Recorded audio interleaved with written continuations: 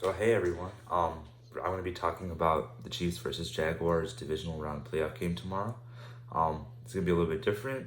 I usually don't show my face. This is different change up for me. So I'm just trying something new, seeing how it goes. So for tomorrow, the Chiefs are playing the Jaguars in Arrowhead after a week off. They had their bye week last week, of course, after earning the 1 seed.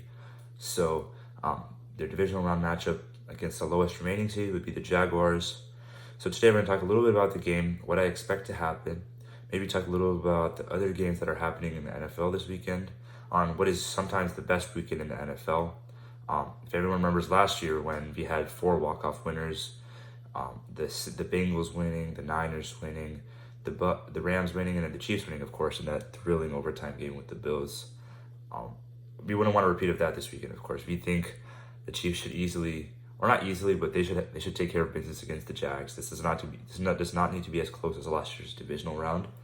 So, with that being said, let's just dive right into the game, starting with the Chiefs offense versus the Jaguars defense.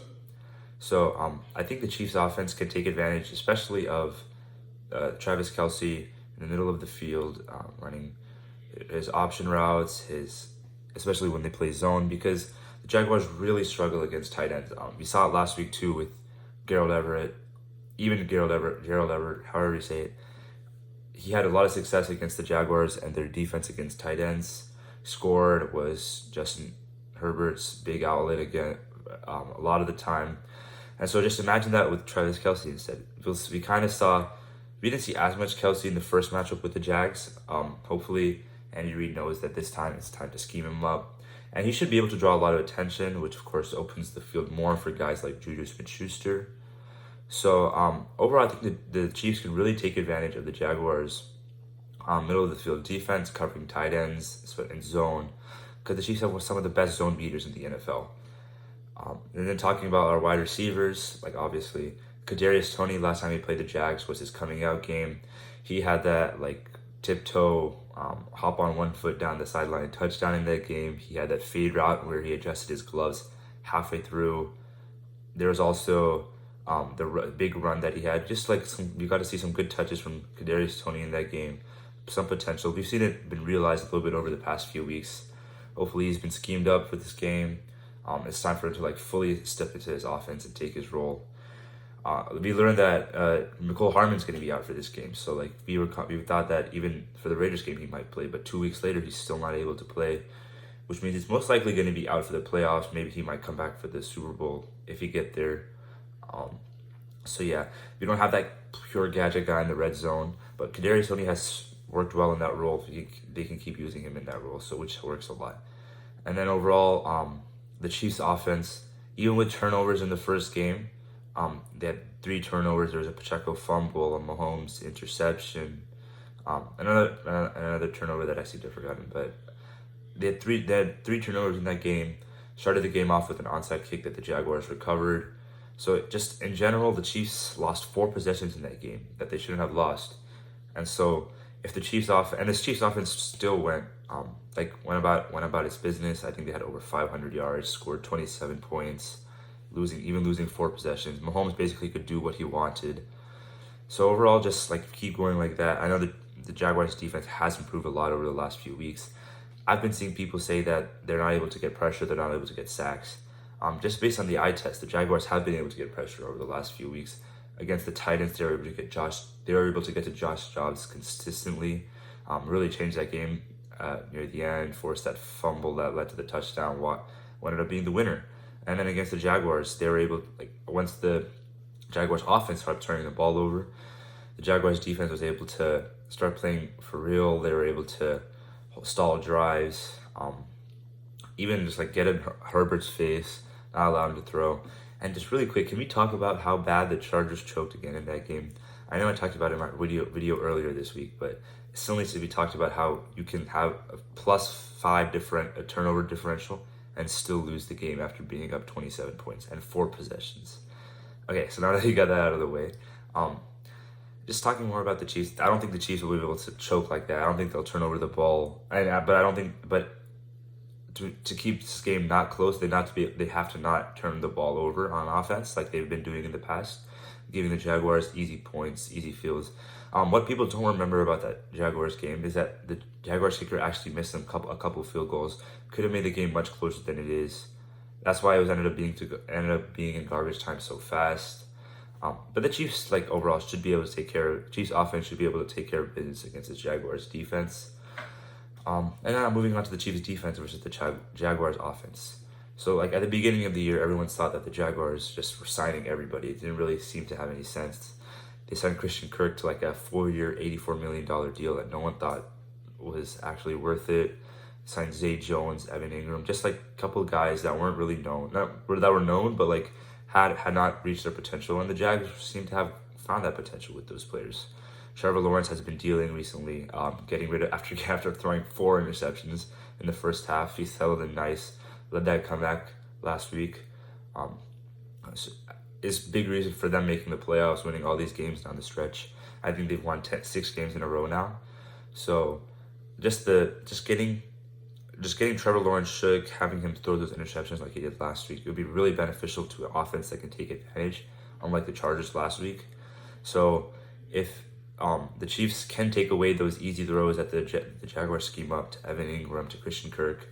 Last time these teams played, Jerry's team had a really tough time against Christian Kirk. So if he plays better, maybe McDuffie takes over in the slot and Snead goes in the outside to cover Zay Jones or Marvin Jones or anyone like that.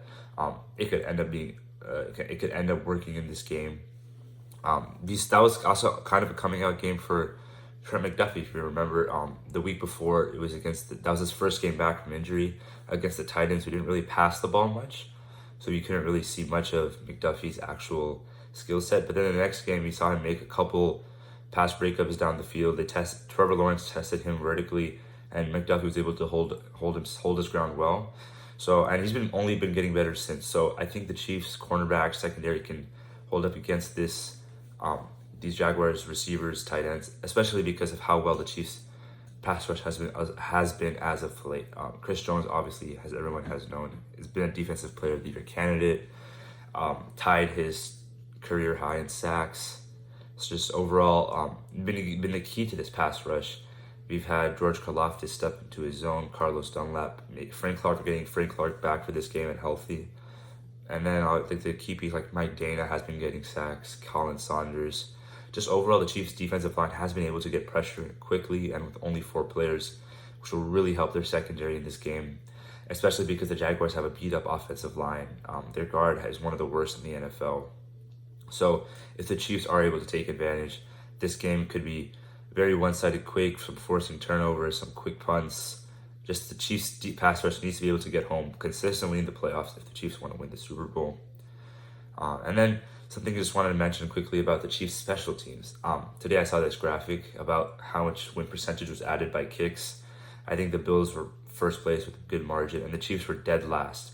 And the second to last was significantly lower than them, so significantly better than them. So the Chiefs have had some of the worst kicking, has had one of the worst kicking seasons of all time. Been taking away from win percentage, been missing kicks. Butker, I think, has not been fully healthy, but recently, other than like a couple mishaps, holds, and stuff like that, I think Butker has been consistent. Obviously missed some kicks after coming back from his injury, but now seems to be settled in. I think it's the playoffs. He'll be locked in. He usually doesn't miss that often in the playoffs, unlike the Bills last year, which is something I would just like to say. The Bills game last year, everyone thinks it was really close. Harrison Butker left 4 points on the board. In a game that went to overtime, it's very crucial to have those points. You might not have needed that 13 seconds. So in the end, just like Butker usually has been good in the postseason, can have some troubles. Hopefully, doesn't show up this time. Tommy Townsend has been the best punter in the NFL. He was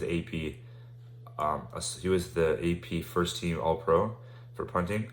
And yeah, so just like overall, the Chiefs special teams don't fumble the ball. They can make their kicks. This game could be probably should not be that close by the end of the fourth quarter, end of the third quarter, and we should see hopefully a comfortable win that puts the Chiefs in either a neutral site game against Buffalo or a home game against Cincinnati, a rematch from last year, the AFC Championship game, playing for their shot at the Super Bowl. So let's just talk a little bit more about the other games. I can make my picks. Obviously, I think the Chiefs will win, so that's my pick for the Chiefs-Jaguars game. And the game on Saturday night, Eagles versus Giants. I think the Giants have the possibility to win this game. They're very well coached. They're very disciplined. Their offense has been clicking. Daniel Jones has been clicking. But unfortunately, I don't think they can get past the talent of the Eagles. Jalen Hurts getting healthy. Hopefully Lane Johnson getting healthy. So I do think the Eagles win, but it should be a very close game. And then the Bills-Bengals game, I have no idea why this is not Sunday night, but it's the early game on Sunday. That game is probably the hardest game to pick in this whole weekend, the most interesting game. It's the rematch of that game that was canceled earlier in the season. It's going to be in Buffalo, which doesn't make much sense to me. I think it should be at a neutral site because Cincinnati did not get the chance to be the 2 seed because that game was canceled. So just like how the Chiefs Bills game would be at a neutral site, I think this game should also be at a neutral site. But it doesn't matter. In the end, I think Cincinnati has lost too many players on their offensive line. I know they've been really lucky throughout the playoffs last year and this year. Their defense getting some turnovers, some key turnovers, especially that fumble return for a touchdown in the last game against the Ravens. I do think their luck might end here. But I think Josh Allen will be able to clean up some of his mistakes. I think the Bills do end up winning this game. So we will see a Chiefs-Bills game against an AFC Championship in Atlanta next week, if that is true. And then finally, we have Cowboys-49ers. I understand why this is Sunday night. It just draws so many ratings. The Cowboys are just huge ratings. So the Cowboys have been playing really well, but I do think they played a pretty bad Bucs team that, like, the Niners beat more comprehensively. Everyone's on the Cowboys right now, but I do think with the Niners, even with Brock Purdy, could get this done. They can take advantage of that Cowboys defense. So I do think the Niners win this game. I'm not picking a lot of upsets here, but I just think that's how this divisional round will go. And yeah, so hopefully I'll see you for the post-game show when the Chiefs beat the Jaguars and are playing in the AFC Championship game.